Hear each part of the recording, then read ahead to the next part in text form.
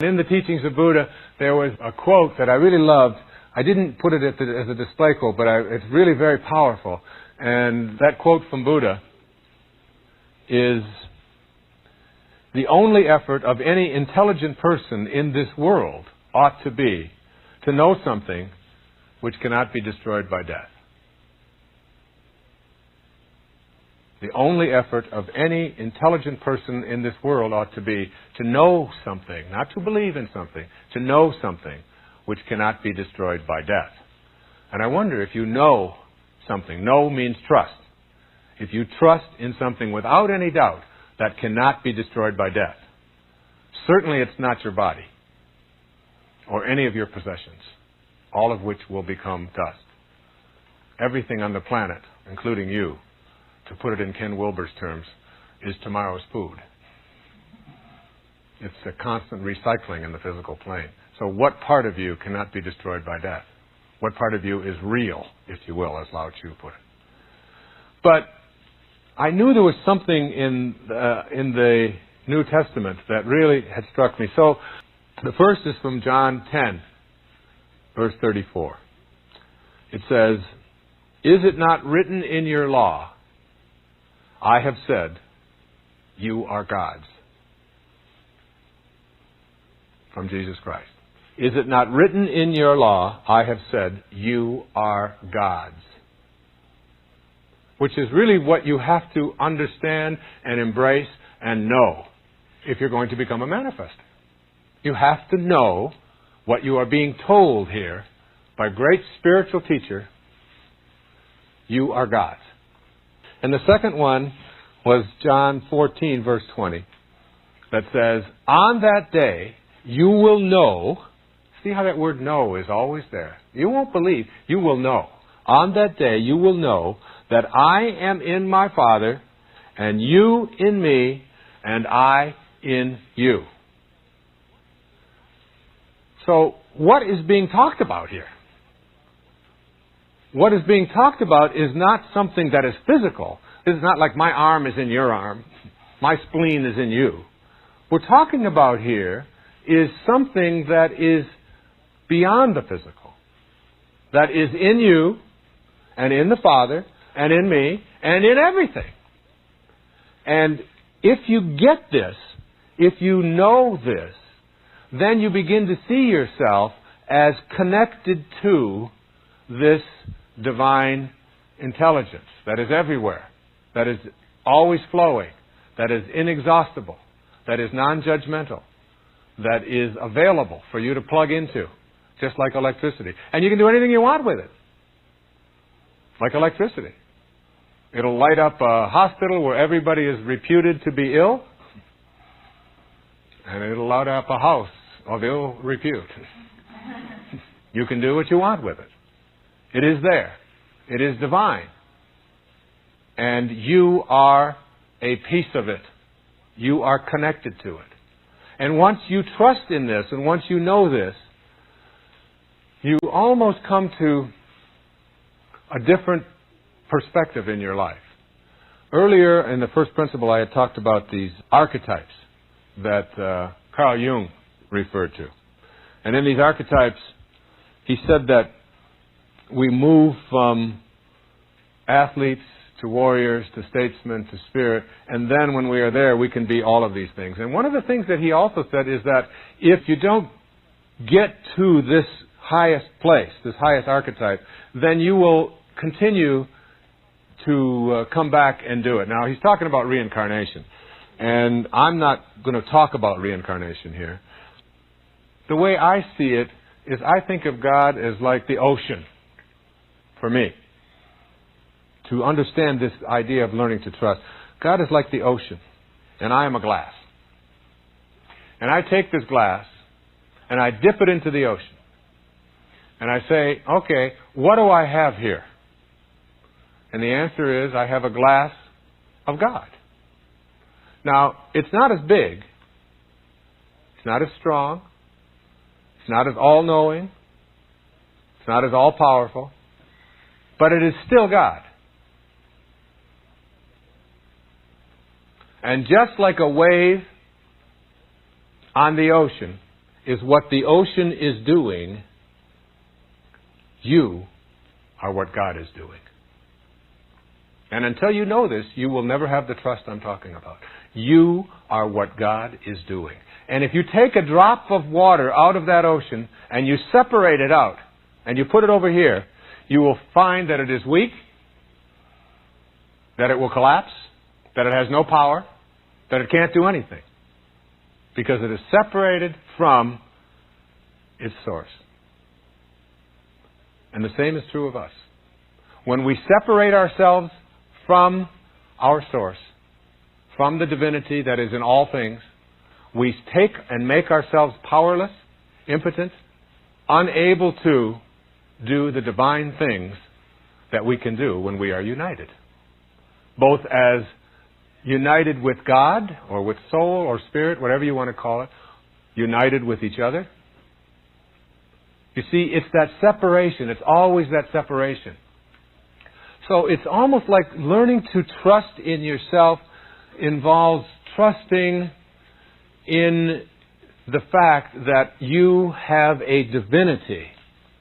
And this divinity is evident on the basis of the idea that God is everywhere.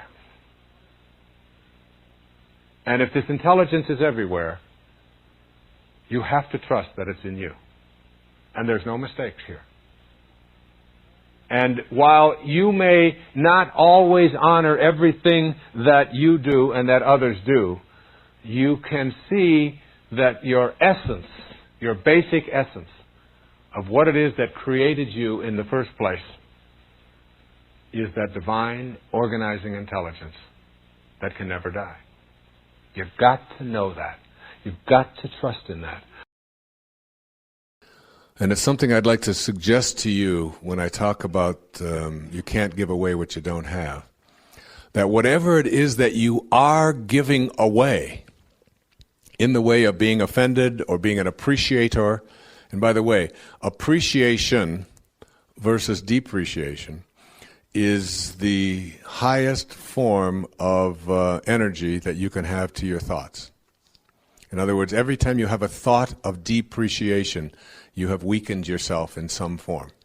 Any kind of a thought of depreciation.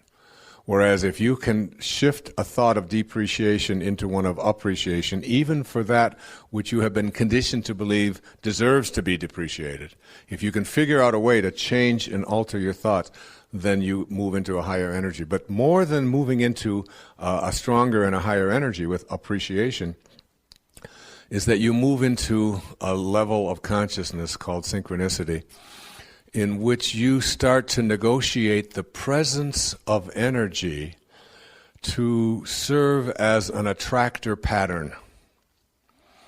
And that what I'm speaking about, solid energy as the lowest form of energy, and spiritual energy as the highest and the fastest form of energy, and that spiritual energy, the energy of love, the energy of cheerfulness, the energy of kindness, the energy of peace, when this energy is brought to the presence of the energy in which you have problems, lower energy, that these problems dissolve, they can't survive any more than darkness can survive in the face of light, then there is some kind of a gap that you have to negotiate between the world of problem energy and the world of higher energy. But what you have to look at here, when I say you can't give away what you don't have, is to ask yourself, if I can't give away what I don't have, it means that I am giving away what I do have. And because it's the only thing I can give away. I have to have it to give it away.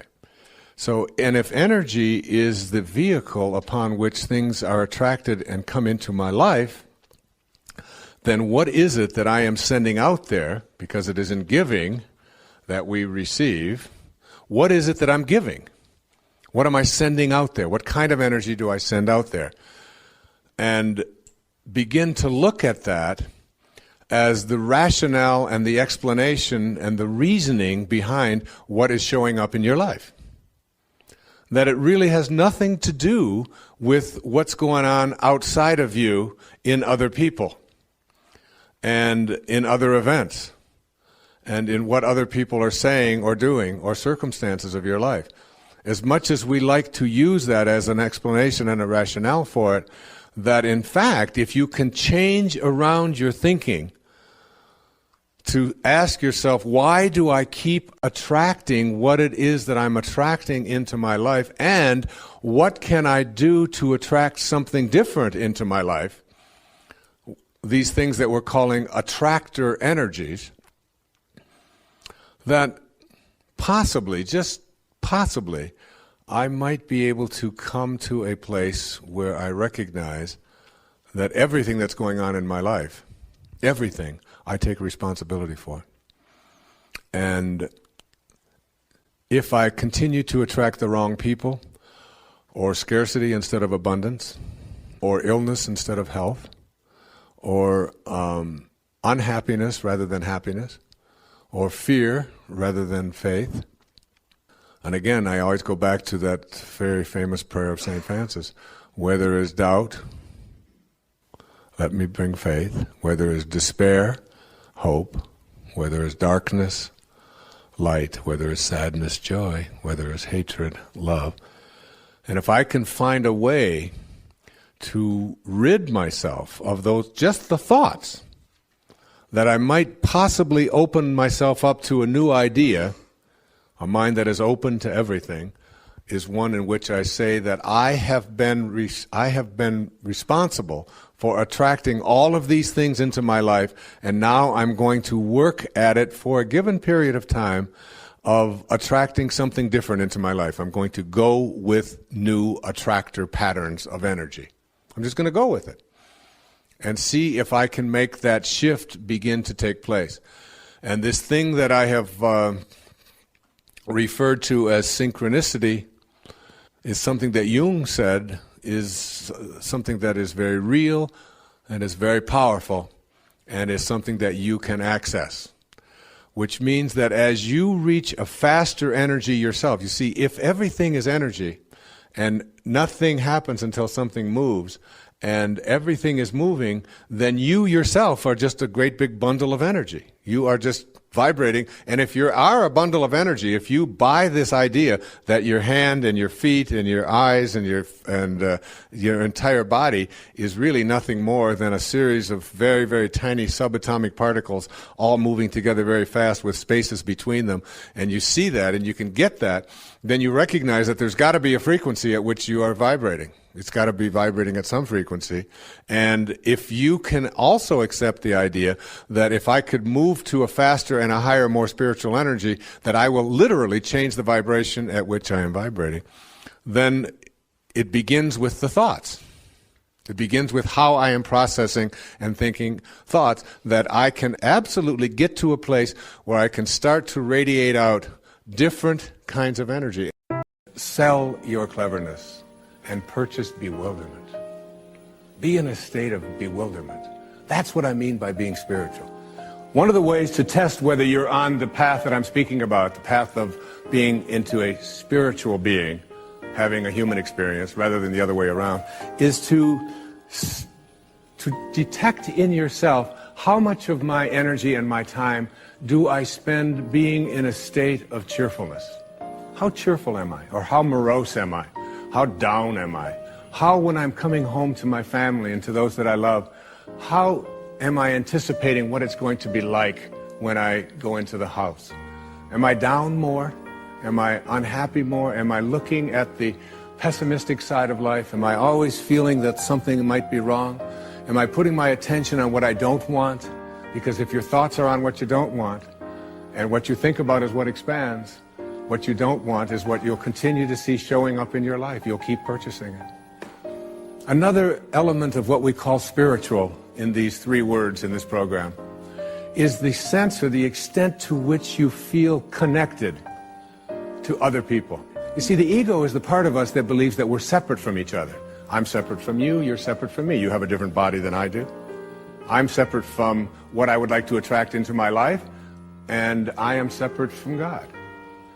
When you move into a spiritual approach to life, you begin to see yourself as connected to everyone and everything. And competition is replaced by something called cooperation. And when you see another human being in pain or struggling, you know that a part of you is in pain and struggling. And you begin to reach out rather than looking within and saying, how does this affect just me? It's almost as if you have to make a shift. And there's a wonderful story, and I'd like to share this story with you. It's a story, this is a story that took place at the Special Olympics in Seattle. And it's a true story. And when I read it, it really grabbed me. And I thought, when I do this program, I would like to share this with the rest of the world. A few years ago, at the Seattle Special Olympics, 9 contestants, all physically or mentally disabled, assembled at the starting line for the 100-yard dash. At the gun, they all started out, not exactly in a dash, but with a relish to run the race, to finish, and to win. All that is except one little boy who stumbled on the asphalt and tumbled over a couple of times, and he began to cry. The other 8 heard the little boy crying. They slowed down and looked back. Then they all turned around and went back, and every single one of them. And one little girl with Down syndrome bent down and kissed him and said, "This will make it better." Then all 9 linked arms and walked together to the finish line. Everyone in the stadium stood, and the cheering went on for several minutes. Isn't that a beautiful story? It's the kind of thing that I refer to when I use this word spiritual. A sense of an awareness that it isn't about being better than somebody else. I think true nobility is not about being better than anyone else. It's about being better than you used to be. And I know this about myself, that if any one of you watching this show, or any of you here in this audience were giving this talk, I could be sitting in that audience, and I would have just as much to learn from what you had to say to me as you have to learn from what I may be saying to you. The thing that I know for certain today is that I'm just better than I used to be. As a man, as a father, as a writer, as a speaker, I know that I'm better than I used to be. And I try to make that something that I do each and every day. Just a little bit better than I used to be. To me, that's what I mean when I use the concept of spirituality. You can't solve a problem with the same mind that created it. Any problem can be resolved with a spiritual solution. One of the most intriguing passages in A Course in Miracles suggests that you don't have a problem, you only think you do. The opening lines of the Torah as well, in Genesis in the Bible state, God created heaven and earth, and later, and all that God created was good. If you interpret these words literally, it's quite clear that problems are impossible. If God created everything, and all that God created was good, then bad doesn't exist. But, you say, disease, disharmony, despair, and so on appear to exist and run rampant in our world. When we feel separated from our sacred center, it's easy to believe so strongly in the separation that we explain any unpleasantness as a problem. In the world of spirit or God, problems simply don't exist and aren't real. When your spiritual connection is weak, you move away from the world of spirit, and problems come from your belief in separation. Your mind creates the illusion of separateness, and your body, influenced by your ego thoughts, takes on disease. Our societies are the creation of our collective thoughts. They take on the same separation sickness, and then we have what we call social problems. All of the so-called problems, however, represent a spiritual deficit that can be remedied with spiritual solutions. Think of it this way. If you change your mind, you'll solve the problem. I've written an entire book on this subject called There's a Spiritual Solution to Every Problem. How to go about changing your mind. Can you accept the idea that it's your belief in your separation from God that creates the attitude that you label a problem? Can you explore this idea that what you're calling problems are all simply illusions or mistakes of your intellect? If God is everywhere, there's no place that God is not. Therefore, you have God with you at all times. You may believe otherwise. It is this belief system that creates your so-called problems. If you can bring truth to the presence of these illusions, they will dissolve, Just as you know that 3 plus 3 equals 6 is true and that 3 plus 3 equals 10 is untrue, by bringing truth to the presence of this arithmetic error, it simply dissolves. So too will all of your beliefs that create problems in your mind dissolve when you bring the higher energy of truth to them. St. Francis of Assisi in his famous prayer beseeches us to change our mind to this thought: where there is hatred, let me sow love. Light always dissolves darkness. Love always nullifies hate. Spirit always cancels problems. Problems exist as beliefs of your ego mind, which is unable to conceptualize an awareness of your spiritual mind, just as dark has no concept of light.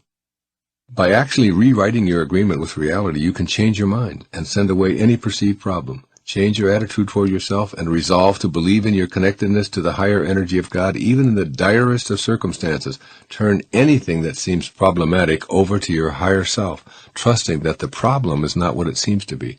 Rewrite your agreement about who you are and what you're capable of achieving. Your new agreement with reality. Your thoughts are the source of virtually everything in your life. Every relationship that you're in is something that you carry around with you. If your relationship is lousy, it's because you think of it that way. The person you're in a relationship with isn't with you in this moment, or when you're at work, or when you're in the bathroom, but your thoughts about that person are always with you. The only way you can experience another person is in your thoughts. You can't get behind their eyeballs and be them. You can only process them with your thoughts. If you look for what's wrong about them and store that negative image in your mind, then that's where your relationship exists. If you change your thoughts to what you love rather than do what you label as wrong, you've just changed your entire relationship. It went from lousy to great by your changing your mind. Try to always remember that you carry every relationship around with you in your head. Robert Frost reminds us, you love the things you love for what they are. When you forget this and process other people on the basis of what you think they should be, or what they used to be, or how they compare to what you are, then you've sent love away, and in your mind the relationship is soured.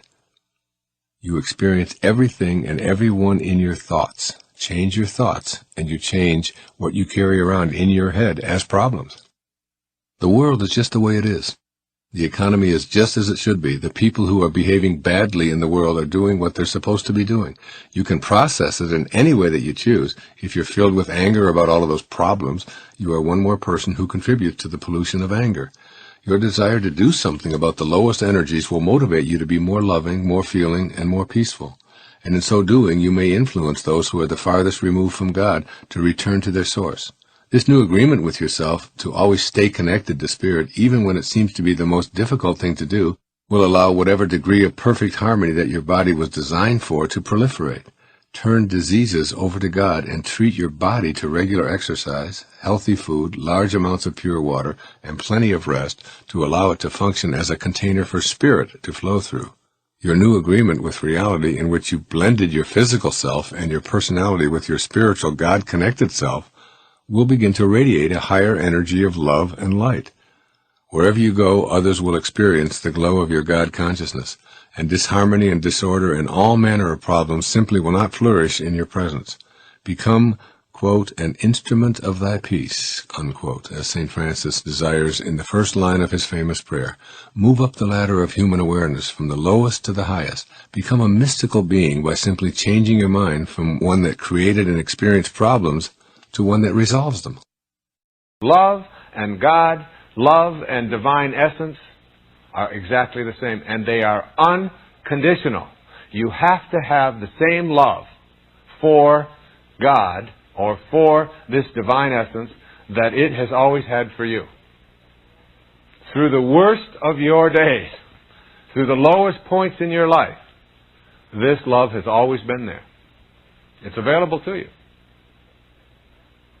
You could take it at any time. You're never turned away. And it's a supply that's inexhaustible. You can't exhaust it. You can't make it go away. It is there. So, there is a power in unconditional love that is very difficult for most of us to grasp. I don't know if you've ever been around a being who lives and experiences unconditional love. But when you are, you discover that the energy that they radiate is infectious, like being in a room with Mother Teresa. just being in her presence. They said of Jesus, they said of Buddha, that when they would go into a village, just their presence in the village, nothing more, just their presence in the village would change the consciousness of those around them. From the perspective of having this divinity within you, which is a love for what is going to manifest, what happens when you start picturing your world this way is that your life starts to change. What changes is you feel more peaceful. Love and peace, unconditional love and peace, really go hand in hand. And when you get this quality, and what I suggest to you here is that in order to practice this, to understand that you sleep better, you eat better, you automatically begin to take better care of your body. Toxins are no longer that important to you. Exercise becomes something that you just absolutely do because you're treating your body with unconditional love. And it demands that, it encourages that, it wants that. It doesn't want to be dreary, it doesn't want to be overweight, it doesn't want to be drugged up, it doesn't want to be lethargic. It wants to be flowing because the universal energy that makes the whole thing work flows. It doesn't stop. That energy isn't stopping. It's not stagnant. It's a flowing. When you start doing these things and these changes start taking place, what happens is also the prosperity that you thought you couldn't have also begins to flow. You've stopped all blockages. And while this just sounds like, oh yeah, but I don't have to do anything, you will do something. You will act upon this unconditional love. It's like go on a program for 3 days. Make a 3-day program in which you are going to communicate with your spouse, your lover, one of your children, a friend, a co-worker, a boss, someone that you are close to. And every thought that you are going to have directed at that person is going to be one of unconditional love. No matter how crappy they may act, no matter how much complaining they may do, no matter how much you find them to be irritating or whatever, you are going to respond with unconditional love. Not gushy, oh, isn't that great, you're throwing up on me again. Not that at all. But just the thought, the absence of judgment, the absence of anger, the absence of the ego demand that says, you know, you should really be like I am. You're wrong and I'm right. You just let go of that. Try it for 3 days. A 3-day program of unconditional love. And watch what happens to your energy level. And watch what happens to the things that you want to manifest in your life. And begin to notice how you're sleeping and what the content of your dreams are. And notice how other people begin to treat you. You see, unconditional love is joy and it's also power. There's an enormous power, but it's not the power that is an investment in having power over others. It's a power of being able to tune in finally to the thing that makes the whole universe work. What do you think keeps this whole planet from falling off into an abyss? What do you think it is that keeps your shoulder from falling off? What do you think it is that keeps the cells of your eyeballs in their sockets? There's a force, there's an energy, there's something that is working that keeps everything in place, that makes it all work, that makes it all flow. You finally begin to tune into that. You start to trust your nature more than you trust your intellect, which is your ego. Your nature knows how to work. It knows how to make your body work. Your nature knows exactly how many nutrients to send to all the different organs of the body. You don't have to think about that every time you eat something. It's working. Your nature knows how much oxygen to take in and how much to let out. You don't need a formula for that. Your intellect says that water there can't possibly be made up of 2 parts of hydrogen and 1 part of oxygen. Those are gases. Your intellect says there's no way. But nevertheless it is, isn't it, as we examine it. So your nature works perfectly in perfect harmony, as does everything else that keeps the oceans from tilting on their side and having tidal waves. This nature of yours that you are in, that is in you, that you are not separate from, is flowing. It's perfect. It's unconditional. It doesn't judge. It doesn't ask anything. Be that. And the rest of this will fall right into place. It's astounding how powerful this unconditional love is. Here are some exercises to initiate becoming and being peaceful. Want the peace you desire for yourself even more for others. Practice giving away peace wherever you go by imagining that only thoughts of peace are in the container within you. Offer these energies wherever possible. Become a peacemaker with your fellow workers, your family members, and especially those with whom you're in a love relationship. Leave your ego outside where it can't extinguish your candle flame. Then offer someone with whom you usually argue and make wrong a new thought from the light. You're making a good point there. I think I'll think about that. Or thanks for giving me your opinion. I value what you have to say. These statements may at first shock the recipient, but you know that you're practicing becoming a being of peace by giving away what you want. And then ask. Use the words of St. Francis to ask to become peace. Make me an instrument of thy peace. The act of asking, even if you don't feel an answer right away, will alter the balance toward becoming the peace that you desire. Once you've asked, you'll find that it is given more readily than you may have suspected. This is a process of suspending your ego and allowing the higher, more spiritually based energies to weigh in toward your becoming more balanced. Slow down. Take your time. Your work isn't terribly important. Your worldly duties aren't terribly important. Make your first and primary priority in your life being in balance with the source of creation. Become thoughtful in your slowed down time and invite the divine to be known in your life. Being the peace you desire means becoming a more relaxed person whose balance point doesn't attract anxiety and stress symptoms. Make deliberate, conscious efforts to slow yourself down by relaxing your mind. Take a little more time to enjoy your life here on this planet. Be more contemplative by noticing the stars, the clouds, the rivers, the animals, the rainstorms, and all of the natural world. And then, extend the same slowed-down, loving energy to all people. Begin with your family. Take a few extra hours to romp with your children, to listen to their ideas, to read them a story.